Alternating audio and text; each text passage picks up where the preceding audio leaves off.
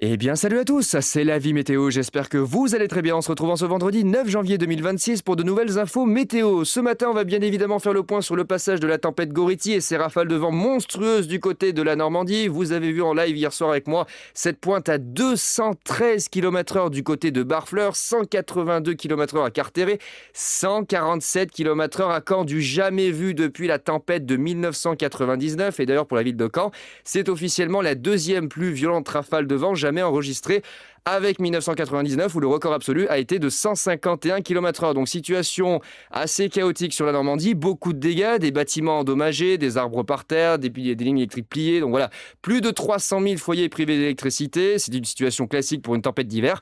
Mais sur l'intensité au niveau du département de la Manche, là par contre ça a été un truc de fou, jamais vu depuis 99. Et je pense que là, globalement, si on prend ces valeurs-là, c'est même pire que 1999. On dépasse les 200 km/h sur le phare de Barfleur. Il me semble qu'en 99, on était entre 180 et 190 km/h. Il y a certaines stations d'époque qui ne sont plus là, où les records étaient plutôt entre 150 et 180. Donc là, autant vous dire que Goretti, vraiment, ça a explosé Chiaran, ça a explosé 99 sur certaines stations, avec des valeurs quand même assez sidérantes. La ville de Cherbourg, vous avez eu 148, mais je présume que localement, ça aurait pu monter jusqu'à 150, 151, parce qu'il y a une coupure de données au niveau de l'anémomètre. Il y a eu d'ailleurs une coupure d'électricité, tout comme d'ailleurs au niveau de Barfleur, où l'anémomètre s'est bloqué à 213. Après, il y a eu une perte de données. Il me semble que localement, il y a eu des rafales proches de 215, 220 dans le petit laps de temps après 23h06, entre 23h06 et 23h15. Je crois que dans cette zone-là, au niveau du phare, il a été mesuré par, en tout cas des gens qui étaient sur place, 219 km/h. C'est pas une valeur qui est officialisée parce que c'est des relevés qui sont faits à une échelle locale par des petites stations secondaires, mais rendez-vous compte, 219 km/h, c'est absolument énorme.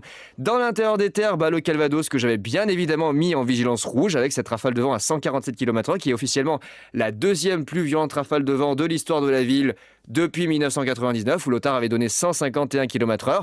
Alors sur l'ensemble du département, globalement on est en dessous de Lothar, mais uniquement pour la ville de Caen, on est en deuxième position sous Lothar. Donc autant vous dire que ça n'a pas rigolé du tout. En direction de la Seine-Maritime, 156, en direction du Cap de la Hève, 144 au Havre, 157 à Fécamp. Ce sont des valeurs classiques. Une bonne grosse tempête hivernale pour la Seine-Maritime. Comme il y en a à peu près au moins une fois par an, si c'est pas une fois tous les 2 ans. Et puis dans l'intérieur des terres, regardez, là ce qui quand même est remarquable, c'est ces valeurs-là du côté de l'Orne. 130 km/h, 129 km/h, c'est pas des valeurs qu'on voit tous les jours dans l'intérieur du pays, notamment dans l'intérieur de la Normandie. Avec ici un petit 117 km/h pour l'Eure-et-Loir, ça a été un peu plus fort que prévu effectivement sur cette zone-là, au sud de la Normandie et en direction de l'Île-de-France. On dépasse très souvent les 110 km/h sur pas mal de stations. Regardez, 110, 112...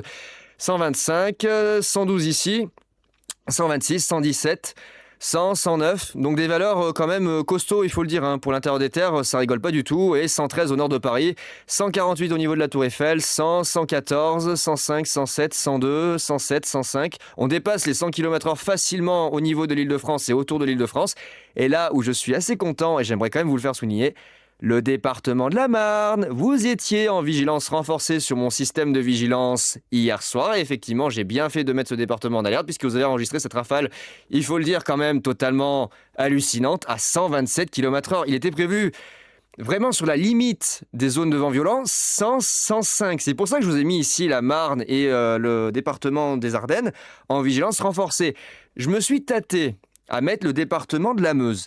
Mais comme les prévisions, vous ne voyez pas dans l'ensemble des rafales supérieures à 100 km/h. Je me suis ravisé, je me suis dit, ouais, non, mets pas la Meuse en vigilance. Ah, mon intuition était la bonne. J'aurais dû placer le département de la Meuse en vigilance renforcée. Regardez, 114, 101, 103, 108, 100. On a dépassé les 100 km/h. C'est même allé un peu plus à l'est que ce qui était prévu, notamment ici entre la Moselle et la Meurthe-et-Moselle, avec 100, 117. Alors, cette station, je ne sais pas où elle est, si elle est côté... Elle a l'air d'être côté plutôt Meurthe-et-Moselle. J'ai l'impression que la limite est plutôt côté Meurthe-et-Moselle, donc 117 km/h. Ce sont de bonnes rafales de vent sur le nord-est du pays, dans l'intérieur des terres. C'est quand même des valeurs qui n'arrivent pas chaque année, donc ça a bien soufflé. Et là où ça a été du coup beaucoup moins intense et où du coup les prévisions ont un peu merdé, c'est la Bretagne et les Pays de la Loire, à peine du 148, 147 en direction du Finistère, 152 sur l'île de Bréhat, et ponctuellement du 110, 120, 120, 130 dans l'intérieur des terres du département. Franchement, c'est classique. Moi, j'avais placé une vigilance rouge sur le Finistère et les côtes d'Armor parce que les dernières prévisions voyaient du 160 sur les côtes et du 130, 140 dans l'intérieur des terres. Au final, c'est passé un peu plus au nord en direction de la Manche. Ça s'est décalé plutôt sur la moitié nord de la zone. Et résultat, ça méritait qu'une vigilance orange. Je pense que pour le rouge, au final, j'étais peut-être un petit peu trop prudent. Mais comme on dit, il vaut mieux être trop prudent que pas assez. Ça aurait pu être pire. Mais là, pour le coup, les Bretons, vous en sentez bien. Kiaran reste à la place de la tempête la pire depuis. En tout cas, 99 et 87. En direction des Pays de la Loire, là, ça a été fiasco. Par contre, là, vraiment déception. Le front froid n'a pas donné les rafales de vent qui étaient modélisées. Là, par contre, très très très mauvaise pioche des modèles. Avec du coup à peine du 122 sur les côtes, ça a vraiment tangenté les 110, 120 timidement. Il n'y a que l'île ici Belle-Île qui a enregistré le talus de Belle-Île avec 153 km/h. Puis dans l'intérieur des terres, que dalle, 80, 90 km/h. Donc franchement, ça méritait pas une vigilance renforcée. Mais comme je vous l'ai dit, il vaut mieux être trop prudent que pas assez, ça aurait pu être plus. Les modèles voyaient du 100-110, donc on se base sur les prévisions des modèles. Dans la moyenne, c'était bon. Et dans la réalité, on peut avoir effectivement quelque chose de plus ou quelque chose de moins. Dans le nord, vous avez plus. Dans l'est, vous avez plus, mais dans l'ouest, vous avez eu moins. En direction du sud-ouest, ça souffle fort. Biarritz 129, Cap-Breton 114, Pointe de Socco à 130, 100 km/h d'axe, 109, 120, voilà, des valeurs classiques. Franchement, des valeurs classiques. Pas de quoi s'inquiéter. Donc ensuite, on va aller s'intéresser à ce qui va se passer dans les prochaines heures et surtout à partir de demain avec la tempête qui va circuler ici entre la Belgique, les Pays-Bas et l'Allemagne. Vous allez avoir de l'air froid qui va se rabattre ici par le nord et ça va donner de la neige et de fortes chutes de neige dans le nord-est avec à nouveau une vigilance qu'on ira voir après que j'ai activée sur plusieurs départements avec de nouvelles précipitations neigeuses. Regardez dans le nord-est à partir de ce soir et surtout de demain avec ici, regardez toute cette neige qui va tomber durant la journée de samedi sur le département de la Meuse, sur la Haute-Marne, les Vosges, la Meurthe-et-Moselle, la Moselle, la Haute-Saône, une partie également du territoire de Belfort, le Doubs et le Jura. On attend de grosses quantités de neige en plaine. On pourrait dépasser localement les 10 cm et surtout au niveau du Jura, on pourrait dépasser les 40 cm de neige cumulée au-dessus de 800 mètres d'altitude. Donc autant vous dire que ça a commencé à faire beaucoup. Ici, sur les cumuls de neige, regardez ce que ça donne. Voilà. Un nouveau gros épisode de neige dans le nord-est. Classique, mais gros épisode de neige. Encore une fois. Normalement, le dernier gros épisode avant un retour au calme pour les prochaines semaines. Je ne sais pas combien de temps ça va durer le calme, mais pour le moment, on va pouvoir respirer un petit peu. Avec ici, pour le département de la Meuse, à peu près 10 cm, 10-15 cm de neige. En direction de la Haute-Marne, pareil, 10-15 cm de neige. Éventuellement, mais je pense pas que ça soit nécessaire, rajouter le département de la Côte d'Or en vigilance renforcée, mais c'est surtout la partie nord et sur les hauteurs qu'on attend entre 5 et 7 cm. Et puis surtout, regardez ici les Vosges et le Jura, beaucoup de neige en altitude, avec plus de 40 cm attendus aux alentours de 1200 mètres d'altitude. Il va neiger à très basse altitude sur le territoire de Belfort. Et entre les deux, on pourrait avoir localement jusqu'à 10-15 cm. Ici, entre la zone de la Meuse, de la Haute-Marne et la zone des Vosges, il est prévu au tâton, selon les modèles, entre 3 et 7 cm. Vous voyez, c'est un petit peu aléatoire. Il y a des zones où il y a 1-2 cm, puis juste à côté, vous avez 5-7, puis là, vous avez 7-10. Bon, on va prendre une tranche moyenne de 3 à 7 cm sur la zone intermédiaire. Il y a le modèle ICON D2 qui prévoit bien également le risque de neige. Et voilà, de belles épaisseurs. Lui, par contre, il va pas de main morte. Voilà, il voit 10-15 cm. Là, il voit entre 5 et 7 cm. Sur le Jura, il donne 40 cm en direction du territoire de Belfort, entre 10 et 15 cm avec les Vosges. Donc ça va bien tomber.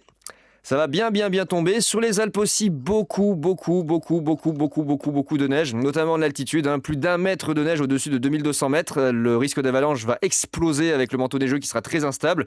Avec le vent, avec le redoux, puis il reneige plus bas, puis il repleut. La limite pluie-neige, elle fait le yo-yo là, depuis 2-3 jours. Il neige en vallée, puis il repleut, puis il reneige à plus basse altitude. Donc vraiment, c'est un enfer. Mais c'est bien pour les stations de ski, là ça va bien re-remplir effectivement les stocks de neige sur les massifs alpins, donc c'est plutôt une bonne nouvelle, excepté les Alpes du Sud qui sont un petit peu à l'écart, forcément dans les sud-ouest et nord-ouest. C'est bloqué plutôt entre l'Isère et les Deux-Savoies. Donc voilà les amis pour ces infos météo du 9 janvier.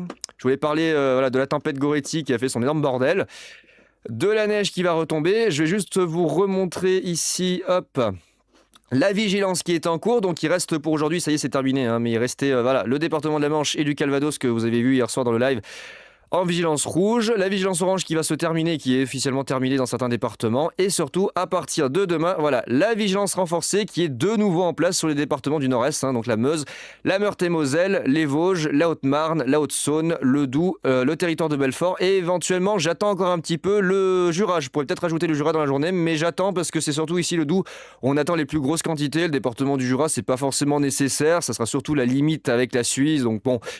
Ah, ça c'est des quantités classiques pour un début de mois de janvier. Éventuellement des traces de neige. Attention, dans la nuit de vendredi à samedi, le samedi matin sur la région Rhône-Alpes, ça me paraît peu probable par rapport à ce qui s'est passé là jeudi matin. On a eu vraiment de la neige en vallée sur la région lyonnaise, du côté de Valence. Nous ici sur la vallée du Grésivaudan, on a eu vraiment pas mal de neige, entre 3 et 5 cm, c'est plus que ce qui était prévu.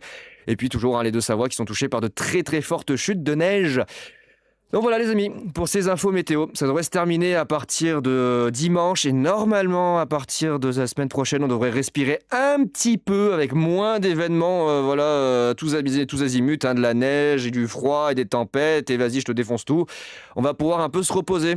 Attention parce qu'il y a quand même des choses qui commencent à bouger pour la mi-janvier, on va surveiller et on en reparlera d'ailleurs dans le live long terme de dimanche. Et écoutez, j'ai plus qu'à vous souhaiter une bonne journée, on se retrouve dimanche pour le live météo long terme.